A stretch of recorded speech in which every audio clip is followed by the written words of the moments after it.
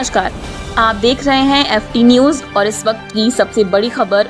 इस वक्त बड़ी खबर आपको बता दें कि भारतीय सेना के सूबेदार मेजर ने लगाई भोपाल कलेक्ट्रेट जन सुनवाई में अपनी गुहार।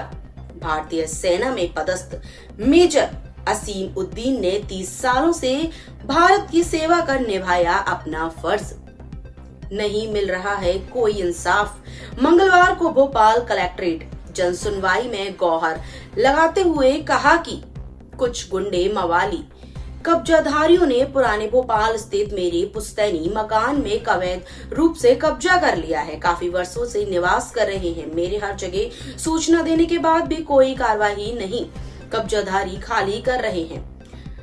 वह संपत्ति काफी वर्ष पुरानी है जिसकी हालत जर्जर हो रही है। मुझे नगर निगम से उनको नष्ट करने के आदेश भी आ गए हैं।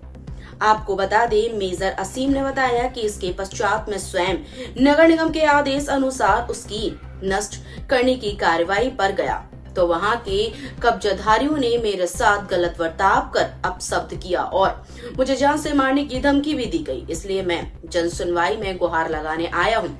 आज मैं जन सुनवाई में इसलिए आया था कि कलेक्टर महोदय से मिलकर मैं अपनी उनसे बात रखूंगा और अपना सेना का इतने साल का हवाला देकर उनको गुहार लगाऊंगा कि मेरी इज्जत और सेना की इज्जत का ख्याल रखते हुए इस उचित कार्रवाई की जाए और ये जो कतिपय बदमाश अपने आप को कहते हैं इनके विरुद्ध कार्रवाई की जाए ताकि आगे ये किसी और को परेशान न करें। मेरा मकान इतनी जर्जर अवस्था में अगर वो गिरेगा तो उससे चोट लगेगी। आस पड़ोस वाले मुझे फ़ोन कर करके बोलते हैं कि आप ये अपने मकान गिरवाइए, नहीं तो ये किसी बच्चे के ऊपर गिरेगा, चोट लगेगी, जनहानि होगी।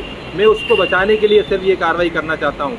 इसकी वजह से अभी मैं वहाँ पर लगातार जा रहा हूँ और प्रयास कर रहा हूँ कि उसको अच्छे प्रशिक्षित लोगों से तुड़वा दूँ ताकि वो उस पर किसी तरह की जनहानि ना हो, किसी को चोट ना पहुँचे, किसी तरह का कोई नुकसान ना हो और एक मेरा जो मुद्दा है वो हासिल हो जाए। लेकिन ये जो बदमाश प्रवृत्ति के लोग हैं और उनकी औरतें हैं वो मुझे परेशान कर रही हैं और ख़ास तौर से जो ये बाबी और आशू हैं ये मेरे पीछे लगे हुए हैं और मुझे परेशान कर रहे हैं कि इनको कुछ धनराशि मैं इनको इसके एवज में दूं, जो कि मेरा पैतृक मकान है। इनके ऊपर इनका कोई अधिकार नहीं है, लेकिन वो लगातार मेरे पीछे पड़े हुए हैं कि ये किसी तरह से मुझे कोई धनराशि दें और लगातार मुझे जो है थाने में जब थाने के बाहर इन्होंने जो है मुझे जान से मारने की धमकी दी।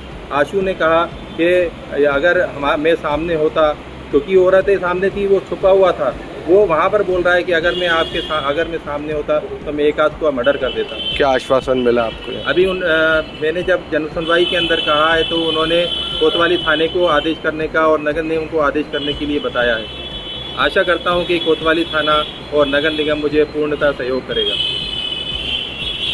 जी जय हिंद साथियों, मैं यहाँ पर आया था अपनी एक गुहार लेके मध्य प्रदेश सरकार के द्वारा।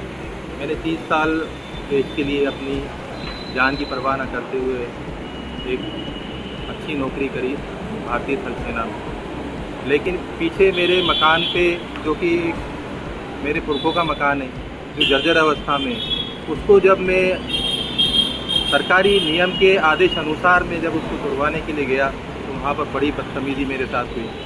इतना व्यवहार मेरे साथ ख़राब हुआ। वहाँ पर जो है मेरे पीछे औरतें लगा दी गई। वहाँ पर एक आशू नाम का बदमाश है जिसका बड़ा भाई बाबी है और वो भी जो है रासुका उसके ऊपर लग चुकी है और उन सब ने मिलके मेरे ख़िलाफ़ जो है बड़ी बदतमीजी करी और पूरे ख़ानदान को गालियाँ बकी, गलत व्यवहार किया और आरोप लगाया कि हम तुम्हारे ऊपर रेप का आरोप लगा देंगे और तुम्हारे ऊपर औरतों को छेड़ने का आरोप लगा देंगे।